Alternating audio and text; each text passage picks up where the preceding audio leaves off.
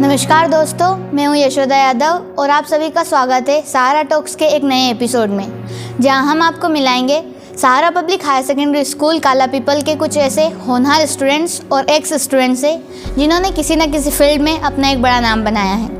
हम जानेंगे उनके सक्सेस के पीछे की कहानी और हम इससे क्या सीख सकते हैं। तो आइए शुरू करते हैं।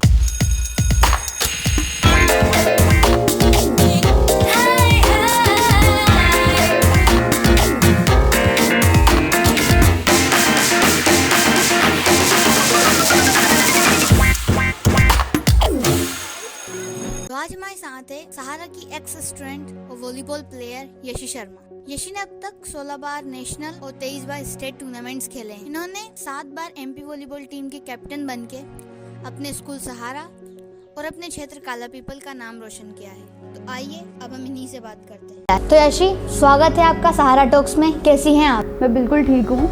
तो सबसे पहले मैं आपसे यही पूछना चाहूँगी कि आपने वॉलीबॉल की शुरुआत कब और कैसे की? मैंने वॉलीबॉल स्टार्ट किया था जब मैं 4th क्लास में थी और मैंने 5th में अपना फर्स्ट नेशनल खेला था। अब आप क्या कर रही हैं, मतलब पढ़ाई में क्या कर रही हैं और वॉलीबॉल में आपका क्या गोल है आगे? मेरा अभी ग्रेजुएशन कंप्लीट हुआ है। मैंने बीए किया है बनस्थल यूनिवर्सिटी जयपुर राजस्थान से। अब मैं यूपीएससी करूँगी, मतलब यूपीएससी की प्रिपरेशन करना है मुझे, और मेरा वही मोटिव है कि मुझे उसमें क्लियर होना है अब फर्स्ट अटैम्प्ट में। जैसा कि आपने 16 बार नेशनल और 23 बार स्टेट खेला है, तो आपको ये सब करने में, इतना सक्सेस पाने में कितना टाइम लगा और ऐसी क्या क्या चीज़ें आई जिन्होंने आपको डिमोटिवेट किया हो? ऐसे मैंने पर्टिकुलर किसी को देख के वॉलीबॉल स्टार्ट नहीं किया। एक्चुअली मैं जब बहुत छोटी थी, 4th क्लास में थी, तो मैंने समर कैंप ज्वाइन किया था और मुझे लगा कि हाँ, मैं ये गेम में अच्छा कर सकती हूँ और मुझे स्किल्स वगैरह अच्छी मतलब लगा उसका कि हाँ मैंने अच्छा किया है इसमें। तो फिर मैंने उसके बाद में उसे कंटिन्यू किया आगे। ऐसे पर्टिकुलर मैंने किसी को देखा नहीं कि, बट हाँ मैं सबको देखती थी कि ऐसे हाँ ये इतना आगे गए हैं, इन्होंने नेशनल खेला है, तो मुझे भी लगता था कि हाँ मुझे भी इस लेवल तक खेलना है। तो बस मैं उन्हीं को देख के इंस्पायर हुई हूँ। बाकी मुझे लगा कि हाँ मैं कैपेबल हूँ ये गेम के लिए, तो मैंने तो जैसा कि आपने 16 बार नेशनल और 23 बार स्टेट खेला है, तो आपको ये सब करने में, इतना सक्सेस पाने में कितना टाइम लगा और ऐसी क्या क्या चीज़ें आई जिन्होंने आपको डिमोटिवेट किया हो? देखिए मुझे ये करने में तो काफ़ी टाइम लगा है, क्योंकि आज मैं ग्रेजुएशन कर चुकी हूँ, तब जाके मेरा 16th नेशनल हुए हैं। सपोर्ट भी रहा है फैमिली का, कोचेस का, उन्होंने भी मेरे लिए काफ़ी मेहनत की है। कोच मेरे लिए हर चीज़ प्रोवाइड करते थे स्टार्टिंग से। बहुत सी चीज़ें होती हैं जो डिमोटिवेट करती हैं। बहुत लोग बोलते हैं कि क्या होगा गेम में, कोई फ्यूचर नहीं है, पर मेरा इंटरेस्ट था तो मैं उन सब चीज़ों को इग्नोर करके चलती थी। कभी मैंने ये माइंड पे नहीं लिया, क्योंकि जब फैमिली, रिलेटिव्स, फ्रेंड्स, कोचेस सभी इतना सपोर्ट कर रहे, तो 1-2 लोग होते हैं उसमें कि वो डिमोटिवेट भी करते, लेकिन उन्हें इग्नोर करके चलना चाहिए। कभी अगर आपने उन्हें माइंड पे ले लिया तो फिर आप आगे नहीं जा पाएंगे। मैंने हमेशा उन्हें इग्नोर करके ही चला है। तो जब लोग आपके बारे में पूछते हैं और आप बताती हैं कि आपने 16 नेशनल और 23 स्टेट्स में गई हैं और आपने खेले हैं, तो उनका रिएक्शन क्या होता है?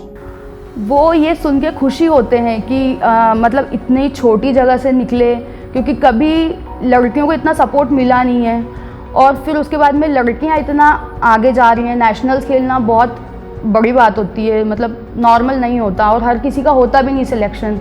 तो इतनी छोटी जगह से मैं निकली हूँ, तो मतलब सभी, मेरी फैमिलीज़ भी, टीचर्स भी, स्कूल में भी सभी ने सपोर्ट किया।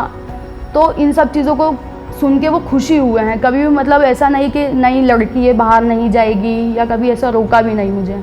सब खुशी हुए हैं मुझे लेकर। आप अपनी पढ़ाई और वॉलीबॉल दोनों को कैसे मैनेज करके रखती हैं? दोनों को मैनेज करना तो टफ़ होता है, क्योंकि देखिए टूर्नामेंट्स भी खेलने होते हैं, साथ में कहीं ऐसी सिचुएशंस आती है कि एग्ज़ाम्स भी साथ में होते हैं। एग्ज़ाम्पल मेरा अभी 12th और 10th में यही हुआ था कि मम्मी ने मना कर दिया था कि नहीं आपको नहीं जाना है। नेशनल था मेरा खेलो इंडिया और मम्मी ने मना कर दिया था। फिर भी मेरी जो दादी हैं उन्होंने मुझे सपोर्ट किया कि नहीं तुम जाओ और मैनेज करना, लेकिन तुम।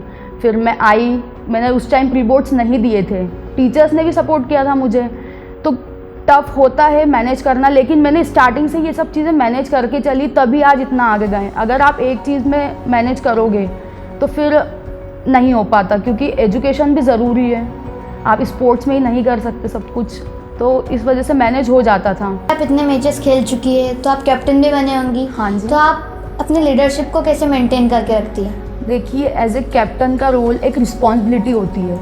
वो रिस्पॉन्सिबिलिटी ये होती है कि आपको पूरी टीम को कोऑर्डिनेट करके चलना है, मतलब मैनेज करना है कि कहीं कोई प्लेयर को कोई प्रॉब्लम तो नहीं आ रही है, क्योंकि कैप्टन हम अगर एज ए कैप्टन हमने रिस्पॉन्सिबिलिटी ली है तो पूरी टीम को मैच में भी कोऑर्डिनेट करके चलना है। अगर एक भी प्लेयर डिमोटिवेट हो रहा है तो कैप्टन का ये वर्क होता है कि आप उसको मोटिवेट करके चलो, उसे साथ लेके चलो।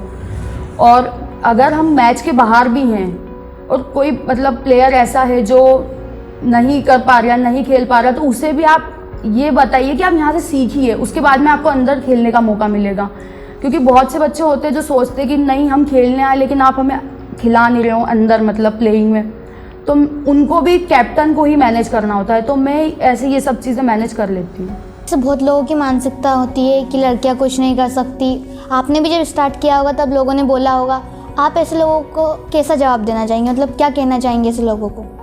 लोग कहते हैं कि लड़कियां नहीं कर पाएंगी आगे, मतलब आप उनको अकेले मत जाने दो, और सब चीज़ें में कि स्पोर्ट्स में क्या करेगी जाके। लेकिन मेरा ये मानना है कि आज आप देखिए कि एग्ज़ाम्पल डिफेंस में और स्पोर्ट्स में पीवी सिंधु वगैरह हैं, हेमा दास हैं, इन सबको देखिए कि वो लोग भी तो मतलब एक कंधे से कंधा मिला के चल रही है। तो मैं यही कहना चाहूँगी कि ये जो मेंटलिटी है ये चेंज करना चाहिए आजकल। वैसे अब 80% तो मेंटलिटी चेंज हो चुकी है, लड़कियों को सपोर्ट भी मिलता है, फैमिली भी और घर से भी सभी सपोर्ट करते हैं। तो मैं यही कहना चाहूँगी कि ये सब चीज़ें मेंटलिटी अब ख़त्म करके लड़कियों को सपोर्ट करना चाहिए। कुछ विलेजेस में आज भी वही है कि लड़कियां बाहर नहीं जा सकती है और ये सब चीज़ें, लेकिन मैं ये नहीं मानती। मैं उनको यही कहना चाहूँगी कि लड़कियों को आप मौका दीजिए आगे जाने का, वो लड़कों से अच्छा करके दिखाएंगी। अच्छा, तो आप इतने सारे टूर्नामेंट्स खेल चुकी हैं, तो जब आपकी टीम हारती है तो आप खुद को और अपनी टीम को कैसे मोटिवेट करके रखते हैं?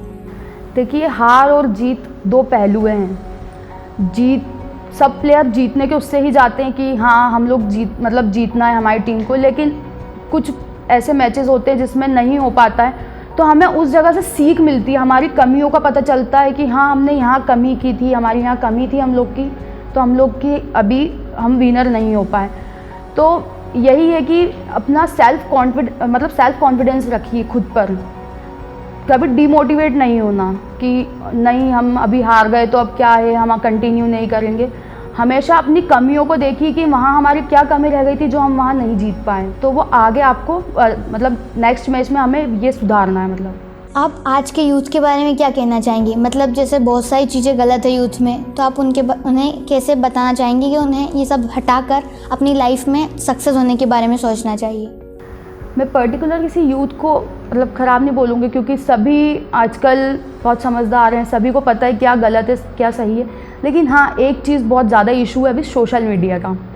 सोशल मीडिया से अच्छी चीज़ें भी सीखने को मिलती, तो मैं उनसे यही बोलूँगी कि आप यूज़ कीजिए लेकिन उसका मिसयूज़ मत कीजिए, उससे अच्छी चीज़ें जो मिलती हैं वो सीखिए, बस यही कहूँगी। और बाकी आप अपना एक फ़ोकस रखिए कि हमें यही करना है। आप गलत मतलब दो इसमें मत जाइए कि मुझे ये भी करना है और मुझे ये भी करना है, आप एक ही फोकस रखिए। अगर आप दो रखेंगे तो फिर आप आगे नहीं बढ़ पाएंगे। जैसे कि आप सहारा से 12th पास आउट हैं, तो आप यहाँ के ग्राउंड, यहाँ की स्पोर्ट एक्टिविटीज़, यहाँ के स्पोर्ट टीचर्स के बारे में क्या बताना चाहेंगी? मैं स्पोर्ट्स टीचर के बारे में ये कहना चाहूँगी कि उन्होंने मुझे शुरू से ही सपोर्ट किया है, हर चीज़ मुझे अवेलेबल करवाई है टाइम पे। यहाँ के teachers, director sir, principal sir, incharge sir, सभी ने मुझे काफ़ी सपोर्ट किया है। ये नहीं कि नहीं यशी तुम ये मत करो, अब तुम्हारे एग्ज़ाम्स आ रहे हैं, मतलब हमेशा मुझे सपोर्ट ही किया। और जो श्रीकांत सर हैं उन्होंने मुझे शुरू से मतलब मेरे स्टार्टिंग से वही कोच रहे हैं, जब मैं 4th क्लास में स्टार्ट किया था। और वो मुझे घर से ऐसे ही उठा के ले आते थे कि नहीं तुम्हें चलना है, बोले मॉर्निंग में भी और इवनिंग में भी, कि नहीं तुम्हें करना है। उन्होंने ही मुझे आज इतना आगे किया है। विशाल सर भी हैं जो यहाँ के स्पोर्ट्स टीचर थे, मिकलेश सर हैं, सभी ने मुझे काफ़ी सपोर्ट किया। और सर वगैरह को इतनी खुशी होती थी जब कहीं से भी मैं खेल के आती थी, हमारी टीम जीत के आती थी, तो हमेशा सर इन लोग सपोर्ट ही किए कि वाह चलो स्कूल का नाम रोशन कर रही लड़कियाँ, और इतने छोटे शहर से निकल के आप वहाँ इतने बाहर जा रहे हो, तो वहाँ भी ऑब्वियसली आपका सबका नाम होगा ही सही। उज्जैन डिवीज़न का नाम होता ही है हमेशा। तो बस यही है कि मुझे हमेशा सपोर्ट किया है यहाँ के टीचर्स ने भी और मेरे कोच ने भी, सभी। तो आपके हिसाब से हमारे देश के एजुकेशन सिस्टम में क्या क्या चेंजेस आने चाहिए? हम देख रहे हैं कोविड के बाद से काफ़ी पॉलिसीज़ चेंज हुई है एजुकेशन को लेके, ऑनलाइन क्लासेस वगैरह, और आजकल सभी चीज़ें ऑनलाइन हमें अवेलेबल हो जाती है, स्टडी मटेरियल वगैरह। बट मैं ये कहना चाहूँगी कि जो लोग बोलते हैं कि परसेंट बनाएं, परसेंट, जो बहुत ज़्यादा फोकस ओनली परसेंट पर रहता है उनका, तो मैं उनसे ये कहना चाहूँगी कि परसेंट ही सब कुछ नहीं है, क्योंकि परसेंट आगे जाके आपको नहीं काम आएगा। मेन चीज़ होती है नॉलेज। आप नॉलेज कितना गेन कर सकते हैं आप वो कीजिए। परसेंट तो ये है कि हाँ हम बना के और रख देंगे, लेकिन नॉलेज हमेशा हमें काम आएगा। तो मैं यही बोलना चाहूँगी कि आप नॉलेज पे ज़्यादा फोकस कीजिए। अच्छा, तो जाते जाते मैं आपसे यही पूछना चाहूँगी कि आप सहारा की एक्स स्टूडेंट रह चुकी है, तो आप अपने स्कूल के बारे में क्या बताना चाहेंगी, क्या कहना चाहेंगी? मैं स्कूल के बारे में यही कहना चाहूँगी कि मुझे यहाँ का सबसे ज़्यादा एटमॉस्फेयर अच्छा लगा। हर फील्ड में यहाँ पे एजुकेशन को देखो या फिर आप स्पोर्ट्स में देखो या अदर एक्टिविटीज़ में देखो, सभी में बच्चों को आगे लाया जाता है। एक सिर्फ पर्टिकुलर किसी पे बच्चे पे, एक पर्टिकुलर बच्चे पे ध्यान नहीं दिया जाता है, सभी को यहाँ साथ लेके चलते हैं। और यहाँ के टीचर्स वगैरह काफ़ी सपोर्टिव है सभी बच्चों को लेके। बस यही है। तो यशी, थैंक यू, आप यहाँ सहारा टॉक्स में पधारे और हमें आपसे बात करके बहुत अच्छा लगा। हम चाहेंगे कि आप फ्यूचर में ऐसे ही आगे बढ़ते रहें और अपनी लाइफ के गोल्स को कंप्लीट करें, अचीव करें। सो मच, मुझे भी आपसे बात करके अच्छा लगा और आपने मुझे सहारा टॉक्स में बुलाया। आज का एपिसोड यहीं समाप्त होता है। हम आपसे फिर मिलेंगे एक नए एपिसोड में। तब तक के लिए धन्यवाद।